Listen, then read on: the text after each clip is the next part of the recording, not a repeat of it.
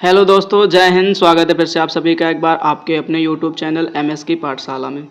जैसा कि आप सब लोग देख पा रहे होंगे कि आज हम लोग बातचीत करने वाले हैं अध्याय नंबर 2 वैद्युत रसायन यानी क्लास 12th केमिस्ट्री के सेकेंड चैप्टर इलेक्ट्रोकेमिस्ट्री के बारे में। और ये है हमारा आज लेक्चर नंबर 9। इससे पहले दोस्तों हम लोग 8 लेक्चर में कई सारे अच्छे टॉपिक को सॉल्व कर चुके हैं दोस्तों। ठीक, अगर आप लोगों ने वो वीडियो नहीं देखी हुई है तो प्लेलिस्ट में जा करके उन सभी वीडियो को अच्छे से देख करके टॉपिक को कवर कर लीजिएगा दोस्तों। ठीक है, हम लोग सीरियल से इस पूरे के पूरे चैप्टर को पढ़ने वाले हैं दोस्तों, तो ध्यान से पढ़िएगा। फिलहाल आज हम लोग बातचीत करने वाले हैं, जैसा कि आप लोग देख पा रहे हो कि ये बहुत ही ज़्यादा मोस्ट इंपॉर्टेंट टॉपिक है, ये समझ लीजिए ध्यान से। ठीक है, मोस्ट इंपॉर्टेंट टॉपिक है आपके बोर्ड एग्जाम के लिए, इसलिए आपको बहुत अच्छी तरीके से इसको समझना है और याद रखने की कोशिश करना है दोस्तों। ठीक है, कह रहा है सेल विभव के लिए नेंसर्ट का समीकरण। ठीक, आप लोगों को ध्यान से पढ़ना है दोस्तों, सेल विभव के लिए नेंसर्ट का समीकरण। ठीक है, थोड़ा सा इसके लिए परिभाषा जान लेते हैं। वैसे ये कोई इंपॉर्टेंट परिभाषा नहीं है, ये आपको ध्यान रखना। जो इंपॉर्टेंट बात है वो है ये आपका फॉर्मूला। ठीक, इस फॉर्मूले को और इससे बनने वाले न्यूमेरिकल को आपको बहुत अच्छे तरीके से सीखना है दोस्तों। ठीक है, फिलहाल हम लोग पढ़ लेते हैं पहले इसको थोड़ा सा। कह रहा है किसी इलेक्ट्रोड के इलेक्ट्रोड विभव का मान, ध्यान रखना दोस्तों, क्या कह रहा है, किसी इलेक्ट्रोड के इलेक्ट्रोड विभव का मान सांद्रता तथा ताप पर निर्भर करता है। ठीक दोस्तों, समझिएगा। कह रहा है कि किसी इलेक्ट्रोड के इलेक्ट्रोड विभव का मान सांद्रता तथा ताप पर निर्भर करता है। सांद्रता तथा ताप के साथ इलेक्ट्रोड विभव में परिवर्तन नेंसर्ट समीकरण द्वारा किया जाता है। ठीक है दोस्तों, समझिएगा ध्यान से। कह रहा है सांद्रता तथा ताप के साथ इलेक्ट्रोड विभव में परिवर्तन नेंसर्ट समीकरण के द्वारा किया जाता है। ठीक है, आपने ये फॉर्मूला याद करके रखना दोस्तों, जो आपको दिख रहा होगा अच्छी तरीके से। ठीक, तो इस फॉर्मूले को आपको बहुत अच्छे से याद करके रखना है दोस्तों, क्योंकि बिना इस फॉर्मूले के आप न्यूमेरिकल को सॉल्व नहीं कर पाओगे। ठीक है, चलिए फिलहाल हम लोग देखते हैं फॉर्मूले को। कह रहा ई सेल बराबर, दोस्तों ध्यान तक पढ़िएगा, ई सेल बराबर ई नॉट सेल। ठीक है, अभी सबको बताते हैं सिंबल कौन कौन से चीज़ों के हैं। ठीक है, ये थोड़ा सा ध्यान रखिएगा। पहले तो फॉर्मूला याद कर लीजिए। तो ई सेल बराबर E nought cell minus 2.303 R T upon में एन इंटू एफ। ठीक, ये बात आपको अच्छे से याद रखना। ठीक, इंटू में लॉग बेस में 10 और क्या लिखना है आपने, क्यू। ठीक है, तो ये आपको फॉर्मूला बहुत अच्छे तरीके से याद होना चाहिए दोस्तों। ठीक है, और अगर ये फॉर्मूला आपने एक बार याद कर लिया तो फिर चीज़ें आप लोगों के लिए आसान हो जाएंगी। ठीक है, इसके बाद हम आप लोगों को एक फॉर्मूला और बताएंगे, वो फॉर्मूला भी आपको अच्छे से याद रखना है, क्योंकि इसके 2 फॉर्मूले जो है ना ये बड़े इंपॉर्टेंट है। ठीक, इससे भी ज़्यादा इंपॉर्टेंट फॉर्मूला आपका दूसरा वाला होगा, जो आपके न्यूमेरिकल के लिए बहुत ज़्यादा इंपॉर्टेंट होने वाला है दोस्तों। ठीक है, तो ध्यान से पढ़िएगा उस फॉर्मूले को। सबसे पहले तो आपने क्या करना है, आपने ऐसे लिखना है ई सेल। ठीक है, तो ई सेल बराबर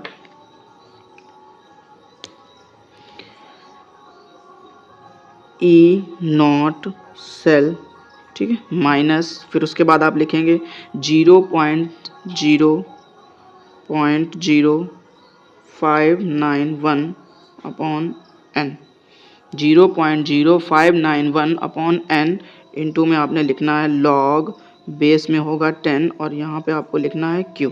ठीक है, जैसा कि आपने यहाँ पे देखा क्यू लिखा हुआ, ऐसे ही आपको यहाँ पे ध्यान रखना। ठीक है, यानी जब आपको यहाँ पे आर का मान या टी का मान और एफ का मान सब कुछ रखोगे तो लास्ट में आपको फाइनली जो कैलकुलेशन मिलेगी वो ये मिलेगी कि ई सेल बराबर E nought cell minus 0.0591 upon N into में लॉग बेस में 10 और क्यू। ठीक, ऐसे आपको ये याद रखना है अच्छी तरीके से। ठीक है दोस्तों, फिलहाल अब हम लोग देखते हैं यहाँ पे को जो आपको ये ई सेल दिखाई दे रहा है। ठीक, ये ई सेल जो है वो क्या कहलाता है, इलेक्ट्रोड विभव कहलाएगा।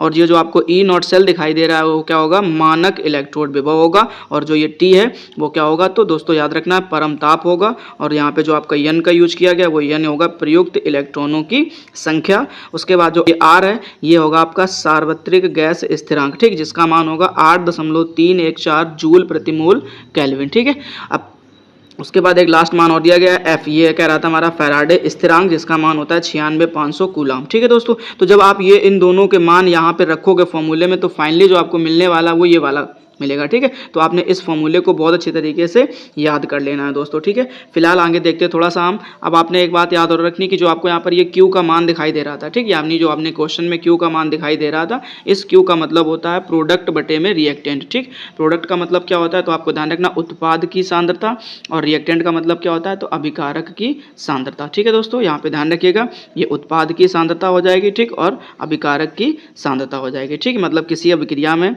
भाग लेने वाले ठीक पदार्थों को हम लोग अभिकारक बोलते हैं। ठीक, उसको रिएक्टेंट से लिखा जाता है, और जो आपको बाद में उत्पाद बनते हैं उसको हम लोग प्रोडक्ट से बोलते हैं। ठीक, ये छोटी बातें हैं, अच्छे से इसको भी थोड़ा सा ध्यान रखिएगा दोस्तों। ठीक है, चलिए अब हम आप लोगों के लिए क्वेश्चन लेकर के आए, बहुत ही ज़्यादा मोस्ट इंपॉर्टेंट क्वेश्चन है। इस क्वेश्चन पे आपको बहुत अच्छी तरीके से ध्यान देना है, ठीक है।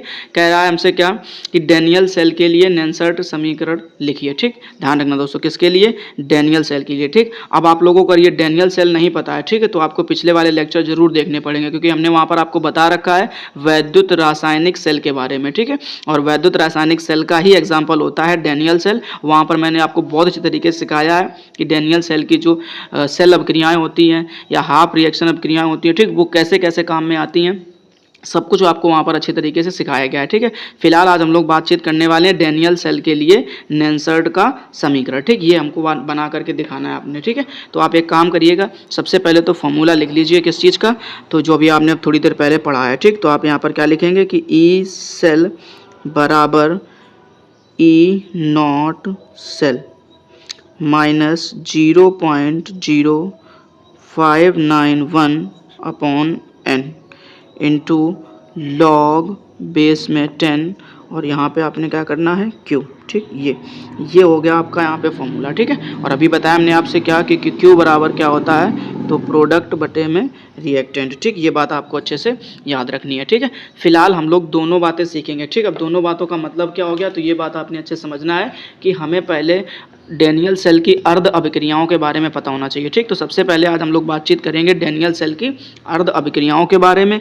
तो आपने पता होना चाहिए क्या कि वहाँ पर आपको दो अर्ध अभिक्रियाएं पढ़नी पड़ती थी, ठीक। एक वो जो एनोड पर बनती थी, तो सबसे पहले तो हम लोग आज बातचीत करेंगे एनोड रिएक्शन के बारे में, ठीक। ये बात आपको ध्यान रखना है, ठीक। अच्छा, आपको ये सारी चीज़ें समझ में नहीं आ रही तो प्लीज़ आप लोग पिछला वाला लेक्चर जरूर तैयार कर लीजिएगा जा करके, पिछला वाला लेक्चर जरूर देख लीजिएगा जा करके वैद्युत रसायन वाला, ठीक है। तो यहाँ पे आपको ध्यान रखना, सबसे पहले आपको सीखना एनोड रिएक्शन, ठीक। और हम लोग एनोड रिएक्शन उसके साथ में कराते हैं जिसके साथ में ऑक्सीडेशन होता है, ठीक है। ऑक्सीडेशन का मतलब होता है ऑक्सीकरण, ठीक। तो जिसके साथ में ऑक्सीकरण होता है उसको हम लोग क्या बोलते हैं, एनोड रिएक्शन कहते हैं, ठीक है। फिलहाल आज हम लोग उसी के बारे में बातचीत करने वाले हैं, ठीक। तो हमने आपको वहाँ पर दो इलेक्ट्रोड के बारे में बताया था, ठीक। ऐसे आपको वहाँ पर एक चित्र बनाकर दिखाया गया होगा, ठीक है। छोटा सा यहाँ पर हम आपको दिखा देते हैं, ठीक। ऐसे ये हमारा एनोड कहलाता था, ठीक। इसको हम लोग एक गैल्वेनोमीटर से जोड़ते हैं जाकर के, ठीक। और उसको किसी दूसरे इलेक्ट्रोड से जोड़ देते जाकर के, ठीक। और ये वाला जो इलेक्ट्रोड होता है वो हमारा कैथोड कहलाता था, ठीक। इसको थोड़ा सा ध्यान रखना, इसको कॉपर लेते थे और इधर पे अपन जिंक लेते थे, ठीक है। तो सबसे पहले हम लोग सीखेंगे एनोड रिएक्शन के बारे में। तो एनोड रिएक्शन जो है वो कुछ इस तरीके से होती है कि जिंक जो था वो हमारा सबसे पहले सॉलिड के फॉर्म में होता था, ठीक। और उसके बाद में वो क्या करता है, यहाँ पर ऑक्सीकरण कराने के बाद में वो दो इलेक्ट्रॉन को त्याग करके एक्वस फॉर्म में कन्वर्ट हो जाता है दोस्तों, ठीक है। मतलब कहने का साफ है कि यहाँ पर उसने कितने इलेक्ट्रॉन त्याग दिए, 2 इलेक्ट्रॉन, ठीक। तो ये हो गई इसकी एक हाफ रिएक्शन, ठीक है। अब इसके बाद एक दूसरी और बना लीजिए जिसको हम लोग बोलते हैं कैथोड रिएक्शन, ठीक है। ध्यान से पढ़िएगा दोस्तों, बड़ा इंपॉर्टेंट टॉपिक है ये कैथोड रिएक्शन, ठीक है। अब अगर हम बात करें कैथोड रिएक्शन, तो कैथोड रिएक्शन हम लोग उस रिएक्शन को बोलते हैं जिसके साथ में रिडक्शन होता है। क्या होता है दोस्तों, रिडक्शन, ठीक। रिडक्शन का मतलब समझते होंगे आप लोग, अपचयन, ठीक है। तो ये ध्यान रखना दोस्तों, जिसके साथ में अपचयन होता है उसको हम लोग बोलते हैं कैथोड रिएक्शन, ठीक है। चलिए फिलहाल हम लोग कैथोड रिएक्शन को भी समझ लेते हैं, ठीक। तो कैथोड हमने बोला किसको है, तो इस कॉपर की छड़ को, ठीक है। तो अब कॉपर की छड़ को जब कैथोड बोलोगे तो यहाँ पर आपको ध्यान रखना है कि कुछ ऐसे जो कॉपर है, ठीक है दोस्तों, जो कॉपर होता है वो एक्वस के फॉर्म में होता है, ठीक है। और यहाँ पर आकर कितने 2 इलेक्ट्रॉन को ग्रहण करता है। जैसे ही ये 2 इलेक्ट्रॉन ग्रहण करता है तो इधर आकर कॉपर का सॉलिड वाला फॉर्म बन जाता है, ठीक है। इसको हम लोग बोलते हैं हाफ रिएक्शन, ठीक। ये दोनों की दोनों अर्ध अभिक्रियाएं, ये एनोड की अर्ध अभिक्रिया है और ये कैथोड की अर्ध अभिक्रिया, ठीक। अच्छा, एक काम और करना है आपने, फाइनली जो आप इनको दोनों को आपस में जोड़ दोगे, ठीक, तो उसको हम लोग बोलते हैं सेल रिएक्शन, ठीक है। और यही आपको काम में लेनी भी है, ठीक। तो यहाँ पे आप लिख लीजिएगा सेल रिएक्शन, ठीक। तो अभी फिलहाल हम लोग सीखेंगे सेल रिएक्शन के बारे में। और जो सेल रिएक्शन होती है वो बड़ी आसान सी है, अगर आपने सीखना है तो बड़ी अच्छे तरीके से ध्यान रखना है इसको, क्या कि यहाँ पे हमें सबसे पहले तो इलेक्ट्रॉन को कट करना है, ठीक। मतलब हमें इन दोनों इलेक्ट्रॉन को यहाँ पर लेने की ज़रूरत नहीं है, ठीक।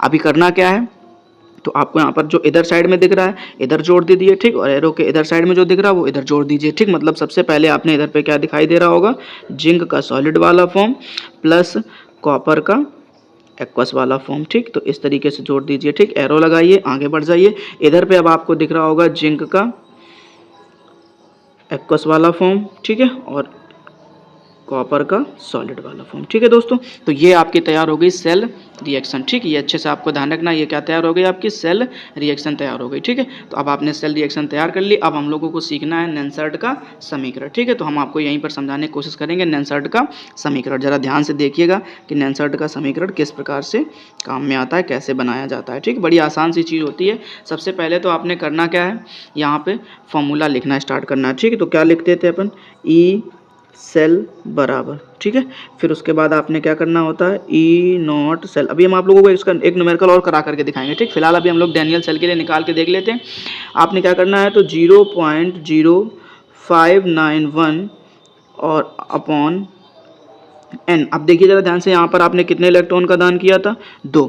तो अगर 2 इलेक्ट्रॉन का दान किया था, यही जो 2 इलेक्ट्रॉन है वही आपका क्या बन जाएंगे, n का मान। तो आप यहाँ पर कितने से डिवाइड कर दीजिएगा, n से। ठीक, उसके बाद में आप क्या करते हैं, log बेस में 10। ठीक, अब सोचो जरा ध्यान से, यहाँ पर क्या एक चीज़ आपने पता होनी चाहिए कि हमें यहाँ पर अब क्या लिखना है। ठीक, तो लिखने के लिए बड़ी आसान सी चीज़ें। सबसे पहले हमने आपसे बताया था Q, किसके बारे में बताया था, Q के बारे में। Q का मतलब क्या होता है, प्रोडक्ट बटे रिएक्टेंट। ठीक, तो यहाँ पर आपको ये दोनों चीज़ें प्रोडक्ट के रूप में दिखाई दे रही होंगी। ठीक, अब हम आपको एक छोटी सी बात बताते हैं, वो ये कि अगर आपको कहीं पर कोई सॉलिड वाला फॉर्म दिखाई देता है, ठीक, तो इस सॉलिड वाले फॉर्म की अगर मैं आपसे, ध्यान रखिएगा दोस्तों, अगर आपको कोई सॉलिड वाला फॉर्म दिखाई देता है तो ध्यान रखना जो सॉलिड की सांद्रता होती है वो कितनी होती है, 1। ठीक, तो इसको लिखने ना लिखने का कोई मतलब नहीं निकलता है, इसलिए आपको सिर्फ और सिर्फ ऊपर लिखनी किसकी है, Zn2+ की। ठीक है दोस्तों, तो यहाँ पर आप लिख सकते हैं क्या, Zn2+। ठीक, ये ध्यान रखना। तो ऐसे यहाँ पर आप कर दीजिएगा Zn2+। उसके बाद में नीचे आ जाइए। अब नीचे किसका लिखना है, तो प्रोडक्ट की सांद्रता, सॉरी रिएक्टेंट की सांद्रता लिखनी। ठीक, अब रिएक्टेंट के रूप में तो आपको यहाँ पर 2 चीज़ें दिखाई दे रही होंगी, जिंक का सॉलिड वाला फॉर्म और कॉपर का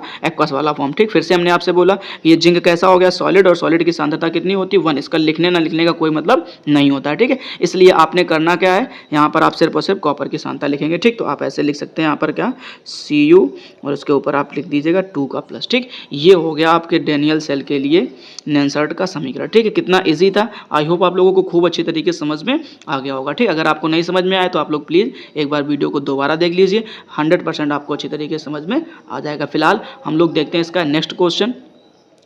चलिए अच्छा दोस्तों, ठीक है, ध्यान से पढ़िएगा। ठीक है, ये न्यूमेरिकल बहुत ही अच्छा है, आप लोगों के लिए कह रहा है कि 298 केल्विन पर सेल ईएमएफ ज्ञात कीजिए। ठीक, ये सेल ईएमएफ का मतलब होता है आपका यहाँ पर ई सेल। ठीक, इस ई सेल का मान आपको निकालना है दोस्तों। ठीक है, ठीक है दोस्तों, ये आपको एक रिएक्शन दी गई है। ठीक, और उसके बाद में आपको ये कुछ मान दिए गए, इन मान के हिसाब से आपको ये काम करना है। ठीक है, फिलहाल सबसे पहले तो हम लोग फॉर्मूला लिखेंगे। तो फॉर्मूला अभी याद कर लो इसको। फिर क्या बताया था हमने आपसे, ई सेल बराबर, ठीक है, क्या लिखते हो, ई नॉट सेल। ठीक है, फिर माइनस, फिर क्या लिखना है, तो 0.0591 अपॉन n। ठीक, इनटू में क्या लिखना है आपने, लॉग बेस में 10, और इधर पे Q लिख देना है। ठीक, इतना ही सा तो फॉर्मूला था।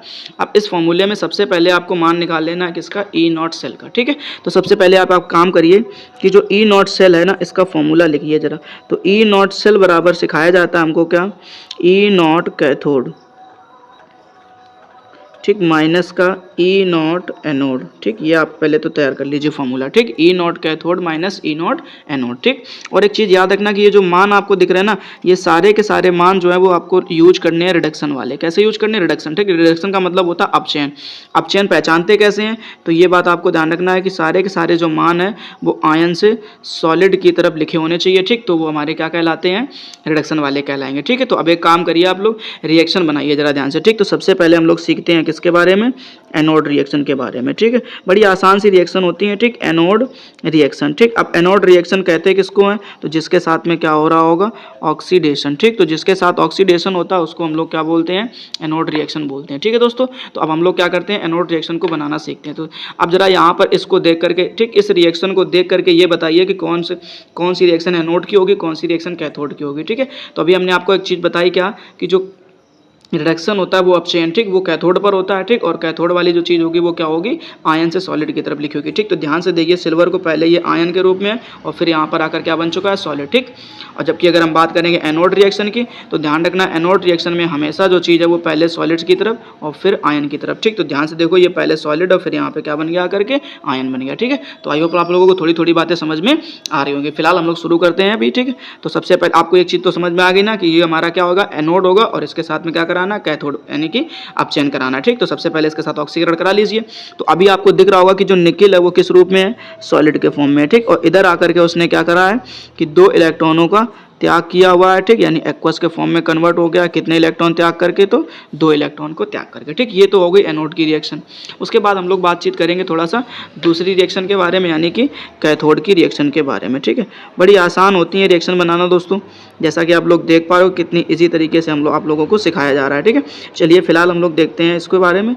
तो आपके याद रखना है कि इसके साथ क्या करना है, रिडक्शन, ठीक। अभी हमने आपसे बताया कि रिडक्शन कराने के लिए आपको क्या चाहिए होता है, तो ध्यान रखना है आयन से सॉलिड की तरफ, ठीक। अब यही चीज़ तो देखो ध्यान से, आपने सिल्वर किससे लिखा था, आयन से सॉलिड की तरफ, ठीक। अब एक चीज़ यहाँ पर ध्यान रखिएगा थोड़ा सा कि Ag के ऊपर अगर मैं चार्ज की बात करूं, ठीक, तो कैसा होता है, सिंगल का होता है और एक्वस के फॉर्म में था, ठीक। अब ये क्या लगता है आपको, आपने त्याग कितने करे हैं, 2 इलेक्ट्रॉन, ठीक है दोस्तों। तो आपने त्याग कितने करे हैं, 2 इलेक्ट्रॉन, तो आपको ग्राइंड भी कितने करने पड़ेंगे, 2 इलेक्ट्रॉन, ठीक है। बट अगर आप ध्यान दीजिए कि इसको एक बार में क्या ग्राइंड कर लेंगे आप, अब एक बार में ग्राइंड नहीं होने वाला, तो आपको कितनी बार में करना पड़ेगा, 2 बार में ग्राइंड करना पड़ेगा, ठीक। और जब आप 2 बार में ग्राइंड करेंगे तो आपको ये चीज़ समझनी है कि कितने इलेक्ट्रॉन कर पाएंगे, 2 बार में 2 इलेक्ट्रॉन ग्राइंड हो जाएंगे, ठीक। और इधर पे आकर के क्या बन जाएगा, Ag का सॉलिड वाला फॉर्म बन जाएगा। बताइए कोई तकलीफ हुई किसी को क्या, दोनों आपने पहचान लिए कौन एनोड है और कौन कैथोड है, ठीक। अब आपको क्या करना है, मान निकालना है सबसे पहले ई नॉट सेल का, ठीक है। तो आप यहाँ पर क्या करेंगे, ई नॉट सेल बराबर, ठीक।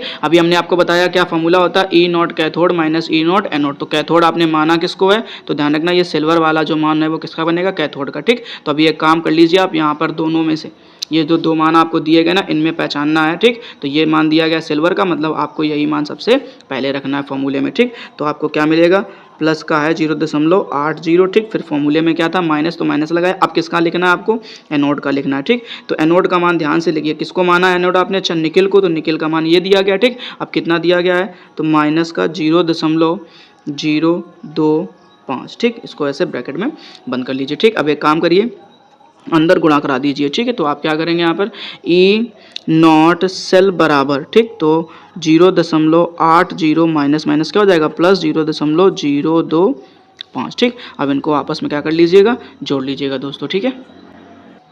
ठीक है दोस्तों, जब आप इसको जोड़ेंगे तो आपको मिलेगा 0.825, ठीक। ये निकल कर के आ जाएगा आपका किसका मान, तो ई नॉट सेल का, ठीक। अब ई नॉट सेल का मान आपको पता चल गया। अब थोड़ा सा हम लोग और आगे बढ़ते हैं क्वेश्चन की तरफ, ठीक है।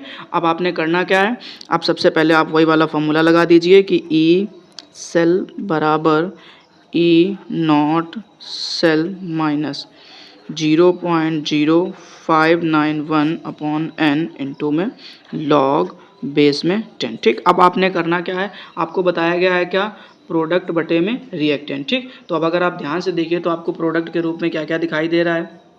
अब देखो इन दोनों रिएक्शन को देखो जरा, पहचानो जरा ध्यान से, ठीक। अब इन दोनों को जब आप इधर साइड में जोड़ोगे तो ये आपको क्या मिलता है, ये आपका क्या कहलाता है, रिएक्टेंट। और जो इधर साइड वाले, और जो आपको इधर साइड वाले दिख रहे हैं, ठीक, इसको और इसको जोड़ करके आपको क्या मिल जाएगा, प्रोडक्ट मिल जाएगा, ठीक है। तो अभी हमने आपसे बताया था जो प्रोडक्ट होता है उसमें अगर सॉलिड है तो सॉलिड की सांद्रता कितनी होती है, 1, तो 1 को लिखने का कोई मतलब नहीं होता, मतलब आपको सिर्फ और सिर्फ किसको काम में लेना है, इसको लेना है, ठीक है। तो आप यहाँ पर लिख सकते हैं Ni2+, क्लियर। ये बात आपको अच्छे समझनी है ध्यान से, ठीक है। फिर उसके बाद हम लोग बातचीत करते हैं थोड़े से रिएक्टेंट के बारे में, ठीक है। तो रिएक्टेंट के रूप में आपको क्या मिलेगा, यहाँ पर निकिल का सॉलिड वाला फॉर्म और Ag का 2+ वाला फॉर्म, ठीक। तो यहाँ पे ध्यान रखना, तो फिर से सॉलिड की सांद्रता कितनी हो जाएगी, 1, और फिर बचेगा तो केवल यही। तो आपको यहाँ पर क्या लिख देना, Ag का सिंगल प्लस। बट एक चीज़ और याद रखना, क्या, जो ये गुणांक होता है ये आपका घात में चला जाता है, तो आपको यहाँ पर क्या कर लिख देना है, 2 लिख देना है, ठीक है। तो कुछ ऐसा इस तरीके से आपको यहाँ पर देखने को मिल जाएगा। तो Ni2+ लिखना है और Ag का सिंगल प्लस था, इसकी घात कितनी हो जाएगी, 2। क्यों घात हो गई 2, क्योंकि यहाँ पर गुणांक में कितना लिखा था, 2 लिखा था, ठीक है। अब एक काम करिए, सबके मान रख दीजिए दोस्तों, ठीक है। तो आपने करना क्या है, तो आप लिखेंगे कि ई सेल बराबर, ठीक, ई नॉट सेल का मान कितना निकाले थे, 0.825, ठीक, माइनस इसको ऐसे रख दीजिए 0.0591 अपॉन एन का मान कितना था, 2। क्यों था 2, क्योंकि आपने कितने इलेक्ट्रॉन ग्रहण करे हैं या त्याग किए हैं, तो 2 किए, तो एन का मान 2 रख दीजिएगा, ठीक। उसके बाद मल्टीप्लाई, अब यहाँ पर ध्यान से देखिए तो लॉग बेस में 10, ठीक। अब निकिल की सांद्रता, अभी आपको ऊपर आपने देखा था जो रिएक्शन दी गई थी मेन वाली रिएक्शन, ठीक, उसमें आपने देखा कि जो निकिल की सांद्रता है वो कितनी दे रखी है, 0.01 मोलर, ठीक। तो आपको यहाँ पर ध्यान रखना है कितना लिखना पड़ेगा, 0.01, ठीक। उसके बाद में आप देखो जरा सिल्वर, किसकी सांद्रता, सिल्वर की। तो सिल्वर की भी सांद्रता आपको दे रखी है, देखो ध्यान से कितनी दे रखी है, तो 0.1 मोलर। ठीक है, तो यहाँ पर आप क्या लिख लीजिए 0.1 मोलर। ठीक, बट एक चीज़ और है यहाँ पर क्या कि स्क्वायर करना है। स्क्वायर करने का मतलब आप इसको 2 बार ऐसे लिख दीजिए, कोई तकलीफ नहीं। ठीक, अब करना क्या है आपने कि यहाँ से ये वाला पॉइंट हटाना है। ठीक है, तो नीचे कितने जीरो बनेंगे आपके 2। ठीक है, थोड़ा सा सॉल्व कर लीजिए। और अब यहाँ से ये वाला और यहाँ से ये वाला अगर दोनों पॉइंट आएंगे तो ऊपर भी कितने जीरो हो जाएंगे, 2 जीरो हो जाएंगे। ठीक, अब 1 2 1 2 काट दीजिए। ठीक, अब फाइनली आपको यहाँ पर दिख रहा होगा 1। तो आप याद रखिएगा क्या कि ई सेल बराबर 0.825 माइनस 0.0591/2 इंटू लॉग बेस में 10। ठीक, अब यहाँ पे देखिए तो फाइनली बचा आपका 1। ठीक है, और एक चीज़ और याद रखिए कि अगर कहीं पर आपको दिखाई देता है क्या लॉग बेस में 10 और 1, ठीक, तो याद रखना इसका मान 0 होता है। ठीक, अब क्या करना है आपने 0 रख देना है, तो आपको यहाँ पर क्या मिलने वाला है, ध्यान से देखिएगा दोस्तों। ठीक है दोस्तों, ध्यान से देखिएगा क्या करोगे आप ई सेल बराबर, ठीक है, तो 0.825, ठीक, माइनस 0.0591/2 इंटू में। ठीक, अब log 1 का मान कितना 0। अब 0 रखोगे तो जरा सोचो कि ये जो पूरा मान दिख रहा है ना गुणा वाला, ठीक, ये पूरा का पूरा क्या हो जाएगा, शून्य हो जाएगा। ठीक, 0 हो जाएगा। अब बचेगा आपके लिए कितना, तो ई सेल बराबर 0.825 वोल्ट। ठीक, तो ये आपका फाइनली आंसर हो जाएगा। आई होप दोस्तों आप लोगों को ये क्वेश्चन बहुत अच्छी तरीके से समझ में आ गया होगा। उम्मीद करता हूँ आप लोग जल्दी इस क्वेश्चन को अच्छे से तैयार कर लोगे दोस्तों। ठीक है, थोड़ा अच्छा क्वेश्चन था, बड़ा इंपॉर्टेंट क्वेश्चन था आपके बोर्ड एग्जाम के लिए। ठीक है दोस्तों, फिर से हम लोग मिलेंगे इसके नेक्स्ट पार्ट में। तब तक के लिए दोस्तों जय हिंद, अपना ख्याल रखिएगा और अच्छे तरीके से पढ़ाई करते रहिएगा। ठीक है, एक बात दोस्तों और, अगर आपने पिछले वीडियो नहीं देखे हैं तो प्लीज़ प्लेलिस्ट में जा करके वो सारे के सारे वीडियो देखिएगा और अच्छे से हर एक टॉपिक को कवर कर लीजिएगा दोस्तों, क्योंकि आपको अब आपके बहुत दिन नहीं बचे हैं बोर्ड एग्जाम के लिए। ठीक, तो इसलिए बहुत ज़्यादा मेहनत करने की जरूरत है दोस्तों। ठीक है, आप हमसे जुड़े रहिए, हम आपका सिलेबस जल्दी ही कंप्लीट कराने वाले हैं।